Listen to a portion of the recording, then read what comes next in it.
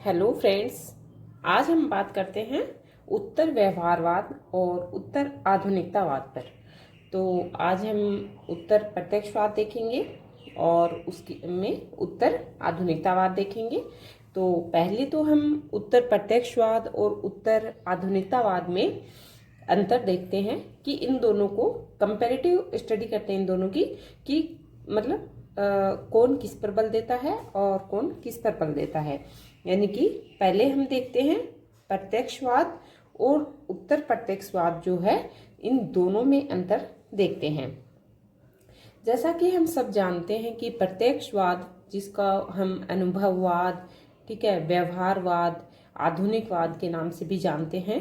तो प्रत्यक्षवाद मूल्यों की अवहेलना करके तथ्य और वैज्ञानिकता पर बल देता है और वहीं पर उत्तर प्रत्यक्षवाद मूल्य और संस्कृति की बात करता है। ठीक है। और नेक्स्ट जो प्रत्यक्षवाद है वो पश्चिमी सभ्यता यानी भौतिकवाद की सर्वोच्चता स्थापित करता है और वो पश्चिमी यानी कि जो विकसित जो देश हैं जैसे अमेरिका, तो ये इन देशों से जुड़ा हुआ है और ये तकनीक पर अधिक बल देता है। जबकि जो उत्तर प्रत्यक्षवाद है वो पश्चिमी सभ्यता की सर्वोच्चता की आलोचना करता है और कहता है कि मतलब पश्चिमी सभ्यता अपनी जगह हर जगह मतलब पश्चिमी सभ्यता सही नहीं है। तो पश्चिमी सभ्यता की सर्वोच्चता की जो उत्तर प्रत्यक्षवाद है, क्योंकि उत्तर प्रत्यक्षवाद मूल्य, संस्कृति, नैतिकता, आदर्श इन सब की बात करता है, तो इसीलिए उसकी सर्वोच्चता की ये आलोचना करता है।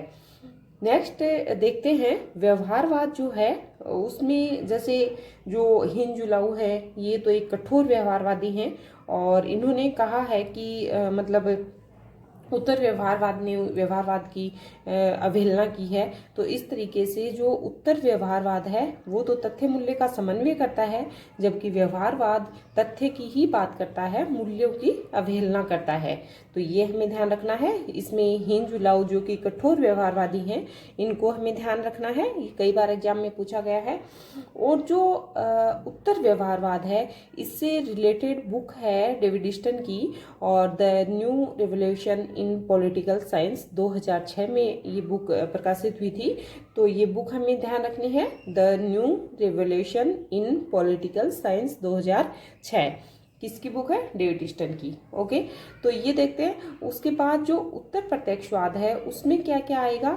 उत्तर प्रत्यक्षवाद के अंदर ही उत्तर आधुनिकतावाद और उसमें एक नवमार्क्सवाद, अस्तित्ववाद, नारीवाद और हरित राजनीति जो है वो उत्तर प्रत्यक्षवाद में आती है। तो हमारा आज का टॉपिक है उत्तर मतलब प्रत्यक्षवाद और उत्तर आधुनिकतावाद। तो हम लोगों ने क्या देखा है? प्रत्यक्षवाद और उत्तर प्रत्यक्षवाद में अंतर देखा है। तो जैसा कि हमने देखा कि प्रत्यक्षवाद जो है वो तथ्य वैज्ञानिकता पर बल देते हैं, पश्चिमी सभ्यता से जुड़े हुए हैं, जबकि उत्तर प्रत्यक्षवादी मूल्य, संस्कृति की बात करते हैं, नैतिकता, आदर्श की बात करते हैं और पश्चिमी सभ्यता की सर्वोच्चता की ये अवहेलना करते हैं, आलोचना करते हैं। और प्रत्यक्षवाद है वो उसमें व्यवहारवाद है, उत्तर व्यवहारवाद है। व्यवहारवाद जैसा कि तथ्य की बात करता है, मूल्यों की अवहेलना करता है। उत्तर व्यवहारवाद तथ्य और मूल्य दोनों का समन्वय करता है और इनसे डेविड ईस्टन की जो बुक है the new revolution in political science 2006 की, ये बुक भी उत्तर व्यवहारवाद से ही जुड़ी हुई है। तो मतलब उत्तर व्यवहारवाद के जो विचार हैं वो डेविड ईस्टन की इस बुक में हमें दिखाई देते हैं। और आगे हम बात करते हैं उत्तर प्रत्यक्षवाद। तो उत्तर प्रत्यक्षवाद में उत्तर आधुनिकतावाद, नवमार्क्सवाद, अस्तित्ववाद, नारीवाद, हरित राजनीति, तो ये सब जो है वो उत्तर प्रत्यक्षवाद में आते हैं। ओके, अब हम नेक्स्ट बात करते हैं आज की हमारा जो टॉपिक है कि हिंजुलाऊ की बुक हमें ध्यान रखनी है और काफ़ी इम्पोर्टेंट बुक है इनकी, कई बार एग्जाम में पूछी भी गई है कि ये कहते हैं कि जो उत्तर व्यवहारवाद है वो एक क्रांति नहीं है, यानी forward on revolution that never were 1981 की बुक है। तो ये हमें ध्यान रखना है। तो ये कथन किसका है कि उत्तर व्यवहारवाद क्रांति नहीं है? तो हिंजुलाऊ जो कि एक कठोर व्यवहारवादी थे और ये हमें ध्यान रखना है। ये कब की बुक है इनकी? Forward on revolution that never were 1981 की बुक है, काफ़ी बार एग्जाम में पूछी गई है, तो इसको हमें ध्यान रखना है। ओके, अब हम नेक्स्ट बात करते हैं उत्तर आधुनिकतावाद। तो जो उत्तर आधुनिकतावाद है जो उत्तर प्रत्यक्षवाद के अंतर्गत उत्तर आधुनिकतावाद आता है, ये हम लोगों ने देखा। तो उत्तर आधुनिकतावाद उत्तर प्रत्यक्षवाद से जुड़ी अवधारणा है जो पश्चिमीवाद, भौतिकवाद, प्रत्यक्षवाद, आधुनिकतावाद का विरोध करती है। जैसा मैंने बताया आपको कि प्रत्यक्षवाद जिसका एक नाम आधुनिकतावाद भी है, जिसका एक नाम व्यवहारवाद भी है, ठीक है, और ये भौतिकवाद यानी पश्चिमीवाद यानी कि जो विकसित राष्ट्र हैं उनसे जुड़ी हुई अवधारणा है। तो इनकी मतलब विरोध करता है उत्तर आधुनिकतावाद। और मानव के जो मौलिक अस्तित्व है, जो नैतिकता है, जो आदर्श हैं, जो हमारे मूल्य हैं, ठीक है, जो संस्कृति है, उनका जो है समर्थन करती है, यानी मौलिक संस्कृति और मूल्यों का समर्थन करती है। अब हम देखते हैं उत्तर आधुनिकतावाद का विकास। तो उत्तर आधुनिकतावाद का विकास किस प्रकार हुआ वो हम देखेंगे। इसकी जो शुरुआत है वो 1970 के दशक से हुई थी, परंतु इसके लक्षण काफ़ी पहले ही दिखाई देने लग गए थे, क्योंकि बहुत ज़्यादा तथ्य जो है वो मतलब हर जगह तकनीक जो है वो प्रभावी हो रही थी। तो इसीलिए उत्तर आधुनिकतावाद के लक्षण काफ़ी पहले से दिखाई दिए, बट जो 1970 के दशक में इसकी शुरुआत मतलब हुई थी। और 1875 में यूके में जो भौतिकवाद का प्रभाव कम होने लग गया था, वहाँ से इसके लक्षण दिखाई दिए उत्तर आधुनिकतावाद के। और फिर 1939 में अर्नोल्ड जे टाइनोबी ने जो है वो सबसे पहले उत्तर आधुनिकतावाद की मतलब अपने विचार दिए थे। और उसके बाद 1950 में पीटर ड्रकर हैं, उन्होंने उत्तर आधुनिकतावाद पर विचार व्यक्त किए। और 1970 के दशक में अनेक विद्वानों ने उत्तर व्यवहारवाद के पर अपने विचार दिए। तो अभी हम विद्वान देखेंगे कौन कौन से, तो थोड़ा सा ये देखेंगे विकास में मतलब लक्षण तो इनके मतलब शुरुआत तो 1970 के दशक में हुई, पर पहले से ही जैसे 1975 में यूके में, 1939 में अर्नोल्ड जे टाइनोबी ने, और 1950 में जो पीटर ड्रकर हैं उन्होंने भी उत्तर आधुनिकतावाद के विचार व्यक्त किए हैं। तो अभी हम इनसे जुड़े विद्वान देखते हैं कौन कौन से इसके समर्थक विद्वान हैं। तो इनके समर्थक विद्वान हैं Jacques Derrida, Jean Baudrillard, Michael Foucault, J.F. Lyotard, Richard Rorty, Fredric Jameson, Perry Anderson, Douglas Kellner, Richard Ashley. तो ये हमें ध्यान रखना है। और यहाँ से कॉलेज लेक्चरर में जो है असिस्टेंट प्रोफेसर वाले जो एग्ज़ाम होता है और जो नेट का एग्ज़ाम होता है, तो आजकल एग्जामिनर यहीं से क्वेश्चन जो है वो पूछने लग गए हैं। तो ये हमें ध्यान रखने हैं। इनके उत्तर आधुनिकतावाद के समर्थक विद्वान दोबारा रिपीट करेंगे हम। Jacques Derrida, Jean Baudrillard, Michael Foucault, J.F. Lyotard, Richard Rorty, Fredric Jameson, Perry Anderson, Douglas Kellner, Richard Ashley. तो जो जैक्स दरिदा, जीन बॉड्रिलार्ड और माइकल फुकोल्ट और J.F. ल्यूटार्ड हैं, ये चारों ही फ्रांसीसी हैं। और जैसा कि जैक्स दरिदा हैं, जैक्स जिनको हम रूसो को भी तो जे रूसो बोलते हैं, तो जैक्स नाम जो है वो दरिदा का मतलब जे रूसो यानी जैक्स रूसो जो है उन्हीं से जैक्स पड़ा है इनका दरिदा का नाम। तो जैक्स दरिदा रूसो से बहुत अधिक प्रभावित थे, क्योंकि रूसो भी जैसे बोलते थे ना कि प्रकृति की ओर लौट चलो, रूसो का भी तो नारा था कि प्रकृति की ओर लौट चलो। तो वही जैक्स दरिदा के विचारों में मौलिकता, नैतिकता, आदर्श जो है वो मतलब मूल्यों की ही बात करते हैं। तो इस तरीके से इनके विचारों पर सर्वाधिक प्रभाव जो है दरिदा के विचारों पर रूसो का दिखाई देता है। तो ये हमें ध्यान रखना है। तो विचार, ये जो समर्थक विचारक हैं, इनका थोड़ा थोड़ा एक एक बुक जो है वो हम देखेंगे, एक किसी की एक दो मतलब ऐसे जो इम्पोर्टेंट बुक्स हैं सिर्फ वही देखेंगे, और इनके थोड़े थोड़े हम विचार भी डिस्कस करेंगे। लेकिन उससे पहले हम देखते हैं उत्तर आधुनिकतावाद का पर प्रभाव, यानी उत्तर आधुनिकतावाद पर किस किस का प्रभाव हमें दिखाई देता है। तो जो सबसे पहले तो भाषा, कला और संस्कृति से ये प्रभावित है। और दूसरा, शून्यवाद से प्रभावित होकर कुछ भी मतलब सत्य और शाश्वत नहीं है। तो उत्तर आधुनिकतावाद मानता है कि सत्य कुछ भी नहीं है। आज जो सत्य है कल वो असत्य भी हो सकता है। ये ऐसा मानते हैं कि सत्य कभी शाश्वत नहीं होता है। ठीक है, आज जो सही है कल वो गलत भी हो सकता है, क्योंकि ये मानते हैं कि सत्य कभी भी शाश्वत नहीं है। ओके। और थर्ड है अहंकारवाद से प्रभावित है, क्योंकि प्रत्येक समाज और संस्कृति में जो है वो मौलिकता बनी रही है। तो ये बोलते हैं कि मतलब अहंकारवाद जो है उस मतलब वो सही नहीं है, और जो तथ्य तकनीक है, हाँ ठीक है, व्यवहार का वैज्ञानिक व्यवहार, वैज्ञानिकता, मतलब ये सब एक लिमिट तक ठीक है। लेकिन जो भी देखते हैं समाज में, तो प्रत्येक समाज में संस्कृति की मौलिकता जो है वो बनी रही है, यानी कि मूल्यों के बिना काम नहीं चलता है। नैतिकता, आदर्श, इन सबको साथ में लेकर जो है वो एक सोसाइटी है या जो राष्ट्र है वो अपना डेवलप मतलब अपने आप को डेवलप कर पाता है। तो इस तरीके से जो है इसका प्रभाव इस पर दिखाई देता है, उत्तर आधुनिकतावाद पर।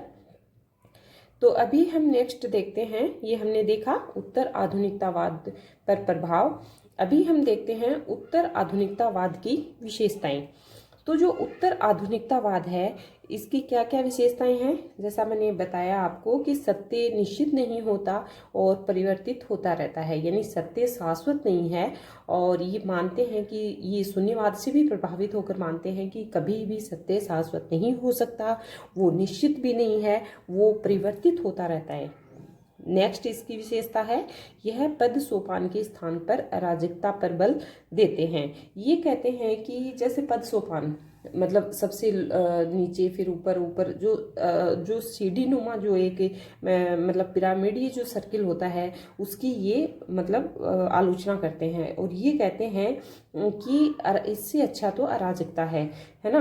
और इससे जो मतलब पद सोपान के स्थान पर अराजकता ज़्यादा सही है, तो इस पर ये बल देते हैं। और ये वास्तविकता जो है उसके स्थान पर ये काल्पनिकता पर बल देते हैं। ये कहते हैं कि कई बार हमें कल्पना मूलक जो चीज़ें होती हैं वो भी हमारे मतलब हित में होती हैं, उससे भी हम विकास कर पाते हैं, उससे भी एक हम सही गाइडेंस दे पाते हैं। तो ये मतलब वास्तविकता के स्थान पर काल्पनिकता यानी मूल्यों को जो है उस पर अधिक बल देते हैं। तो ये हम लोगों ने डिस्कस की उनकी विशेषताओं की।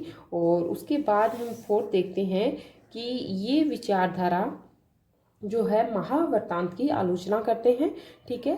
और विचारधारा या फिर महावर्तांत जो है इनकी आलोचना करते हैं, जो मतलब आज की जो जनरेशन कहती है ना कि विचारधारा से बढ़ के कुछ भी नहीं है, तो उसकी आलोचना करते हैं। और ये बोलते हैं कि जो जिसके पास जितना ज्ञान है, यानी ज्ञान प्राप्ति के स्थान पर ज्ञान संचार पर बल देते हैं।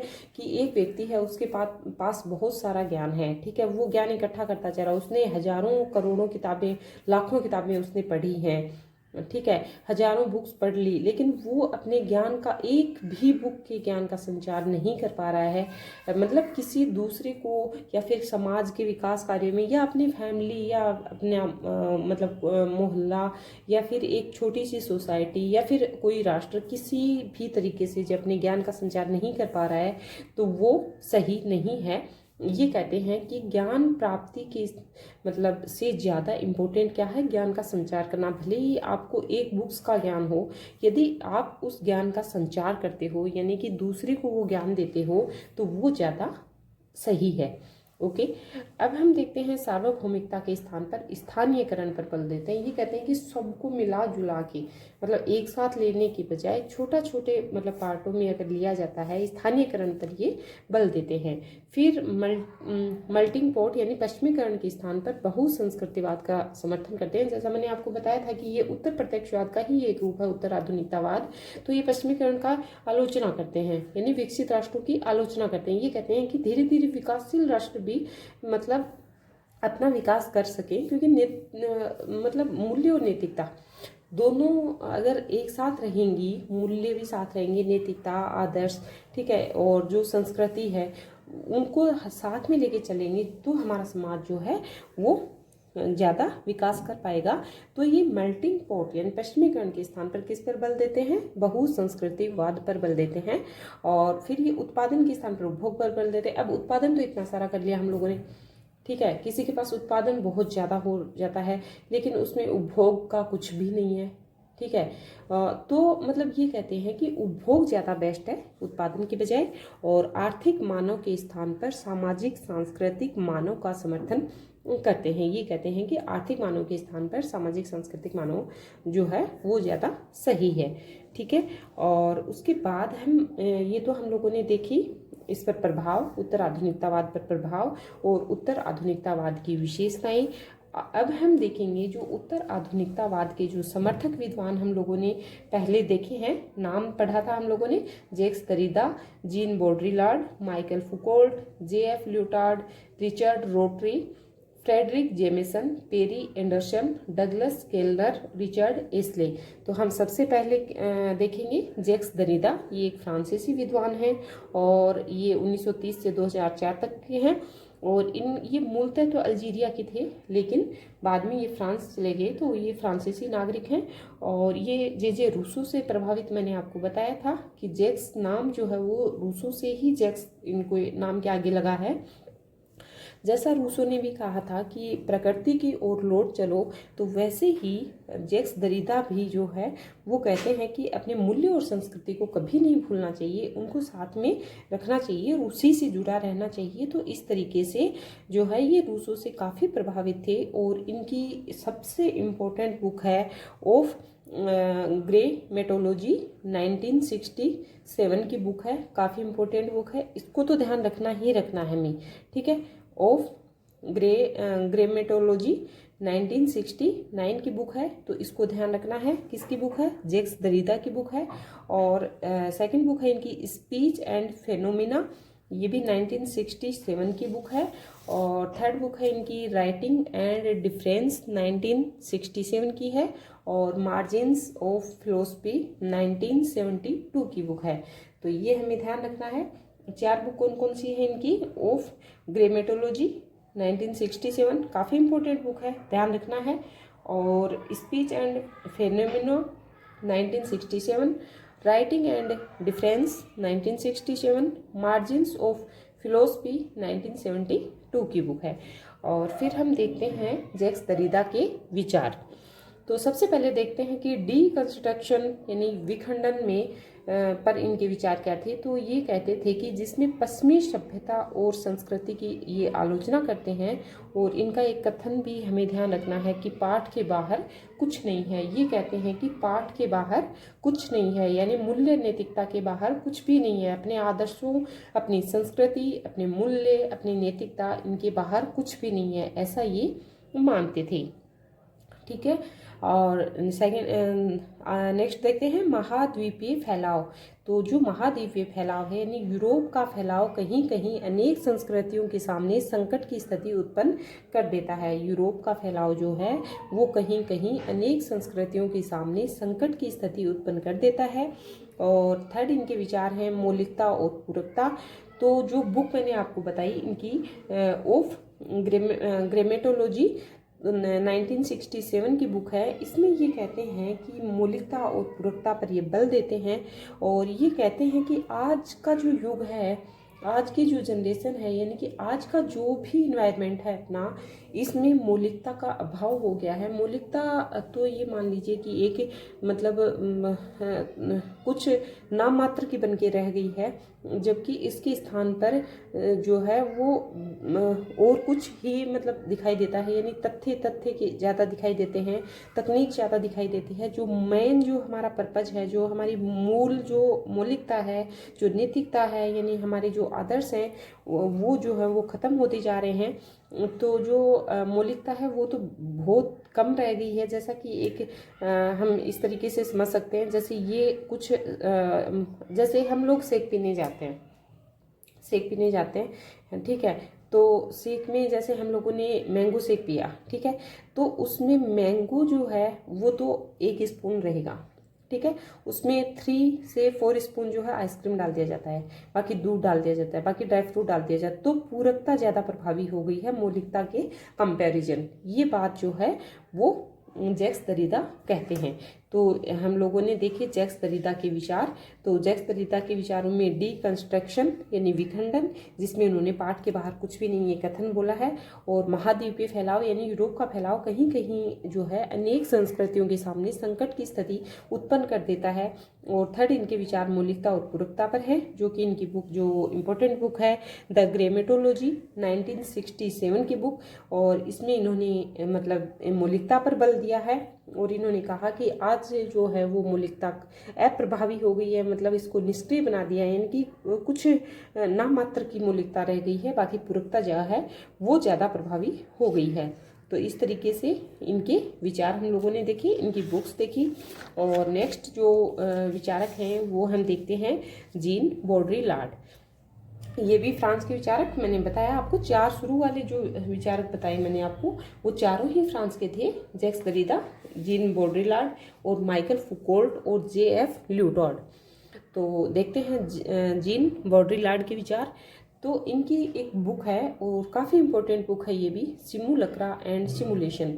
जैसा कि हम लोगों ने देखा था कि सिमुलेशन व्यवहारवाद की भी एक विशेषता है, सिमुलेशन जिसको हम अनुरूपण बोलते हैं, अनुरूपण है ना, और जैसे अनुप्रयोग भी बोल सकते हैं, अनुप्रयोग को एप्लीकेशन बोलते हैं इंग्लिश में, बट अनुरूपण जो तकनीक का प्रयोग है उसमें अनुरूपण जो है, अनुरूपण को सिमुलेशन बोलते हैं, और उसमें प्रत्यक्षवाद से रिलेटेड है क्योंकि उसमें तकनीक दिखाई देती है, ठीक है। और सिमुलक्रा, सिमुलक्रा संस्कृति से रिलेटेड है क्योंकि इसमें नैतिकता, आदर्श और मूल्य दिखाई देते हैं। तो इनकी बुक है सिमुलक्रा एंड सिमुलेशन, जीन बॉड्रिलार्ड की, और इसमें ये बुक है 1981 की। और इस पुस्तक में जो बॉड्रिलार्ड हैं वो लिखते हैं कि समाज का जो सिमुलक्रा है यानी जो संस्कृति पक्ष है वो अधिक महत्वपूर्ण है बजाय सिमुलेशन के। तो कौन सा पक्ष महत्वपूर्ण बताते हैं? सिमुलक्रा, यानी मूल्य, संस्कृति, नैतिकता वाला भाग है सिमुलक्रा। और सिमुलेशन में प्रत्यक्षवाद दिखाई देता है, यानी कि तथ्य, वैज्ञानिकता, तकनीक दिखाई देती है। तो इसीलिए सिमुलक्रा जो है वो अधिक महत्वपूर्ण है कंपैरिजन सिमुलेशन के। ओके, तो ये देखे हम लोगों ने बुक देखी जीन बॉड्रिलार्ड की।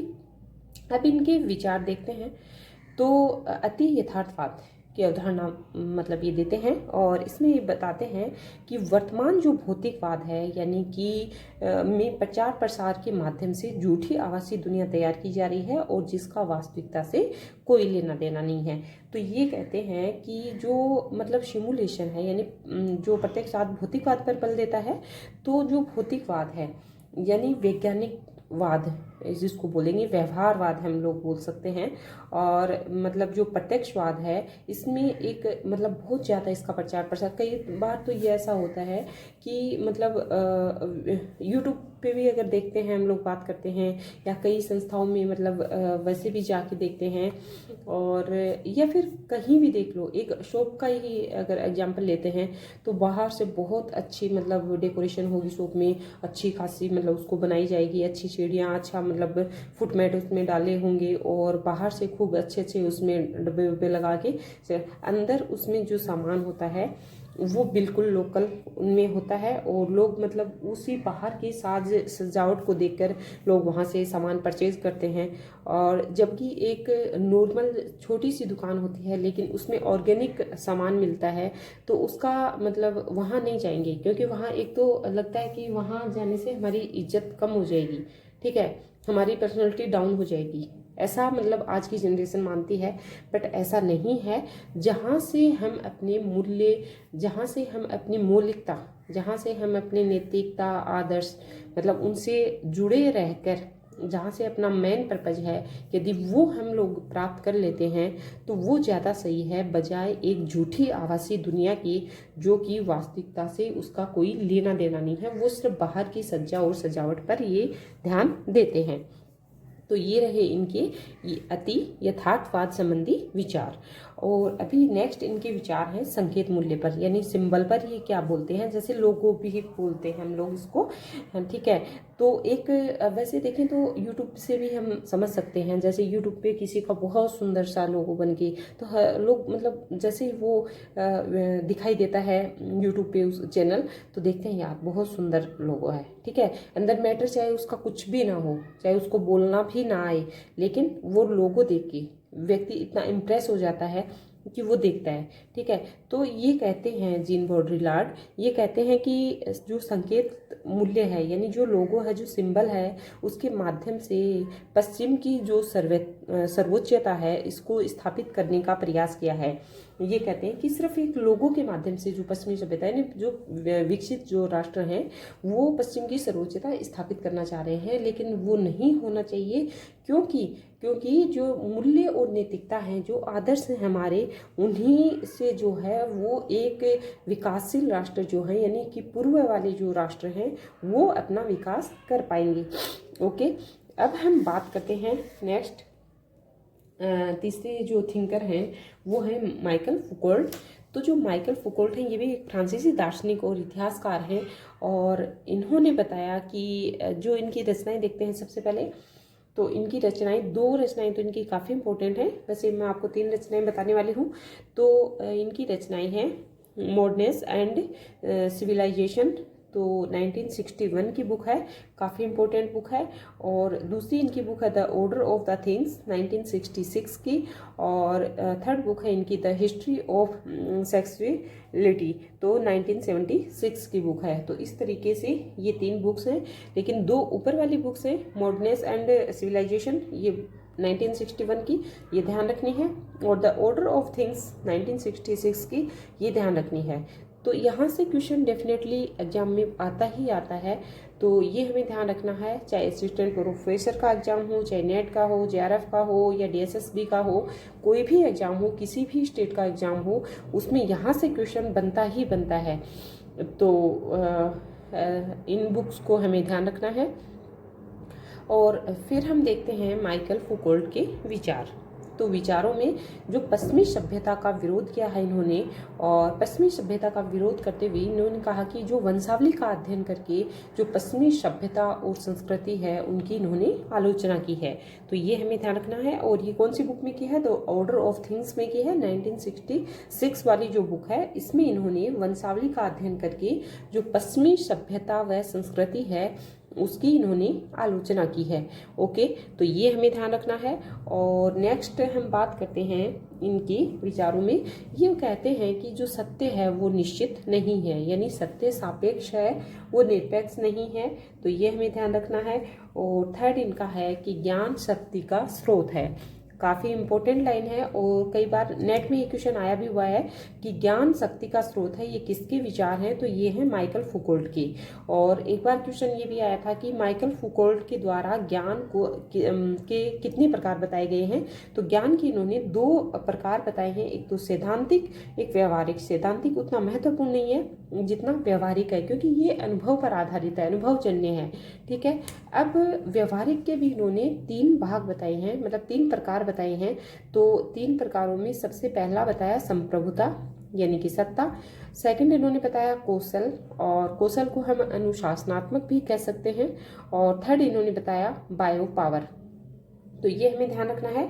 तो इनके विचार काफ़ी इंपॉर्टेंट हैं, और माइकल फुकोल्ट की बुक भी इंपॉर्टेंट है, मॉडर्नेस एंड सिविलाइजेशन 1961 की बुक है, और सेकंड बुक है द ऑर्डर ऑफ थिंग्स 1966 की बुक है ये भी, और जो थर्ड बुक है the history of the sexuality, तो 1976 की बुक है ये भी। और उसके बाद जो है वंशावली का अध्ययन करके पश्चिमी सभ्यता और संस्कृति की आलोचना करते हैं, और ये कहते हैं कि सत्य निश्चित नहीं है, सत्य सापेक्ष है, और ज्ञान शक्ति का स्रोत है, और ये ज्ञान के 2 रूप बताते हैं। तो ज्ञान के 2 रूप में सैद्धांतिक और व्यवहारिक। सैद्धांतिक उतना महत्वपूर्ण नहीं है जितना व्यवहारिक है, क्योंकि ये अनुभव आधारित है, ये अनुभव जनित है, अनुभव आधारित है, अनुभवजन्य है। ठीक है, और मतलब अनुभवजन्य के ये 3 पार्ट बताते हैं, संप्रभुता, सत्ता और कौशल, जिसको हम अनुशासनात्मक भी बोल सकते हैं, अनुशासनात्मक और बायोफेयर्स, यानी संप्रभुता, कौशल, बायो पावर। तो ये हमें ध्यान रखना है। तो इस तरीके से हम लोगों ने जो है वो 3 जो विचारक हैं इसके उत्तर आधुनिकतावाद के, ये डिस्कस कर लिए हैं। तो आगे जो है वो नेक्स्ट पार्ट में हम आगे की जो थिंकर हैं वो देखेंगे। अभी ये वीडियो बहुत लंबा हो जा रहा है, तो हम इतना ही डिस्कस करते हैं। और जो हम लोगों ने आज पढ़ा है उसमें मतलब यहाँ से क्वेश्चन डेफिनेटली एग्जाम में आता है। चाहे वो DSSP हो, चाहे वो असिस्टेंट प्रोफेसर हो, चाहे वो नेट हो, JRF हो, लेकिन यहाँ से क्वेश्चन बनता है। तो ये हमें ध्यान रखना है। और यहाँ पे जो उत्तर आधुनिकतावाद के जो समर्थक विद्वान हैं वो हमें मतलब उनके विचार, उनकी बुक्स, वो भी मतलब काफ़ी इम्पोर्टेंट है। तो ध्यान रखना है। जेक्स दरिदा और जीन बॉड्रिलार्ड और माइकल फुकोल्ट हम लोगों ने आज डिस्कस किए हैं। बाकी जो आगे के थिंकर हैं वो हम नेक्स्ट पार्ट में जो है वो देखेंगे। तो होप करती हूँ कि आपको आज का जो वीडियो है वो समझ में आया होगा। और अगले पार्ट में जो है हम लोग आगे के थिंकर देखेंगे। ओके फ्रेंड्स, आशा करती हूँ कि आपको समझ में आया होगा। Okay, thanks.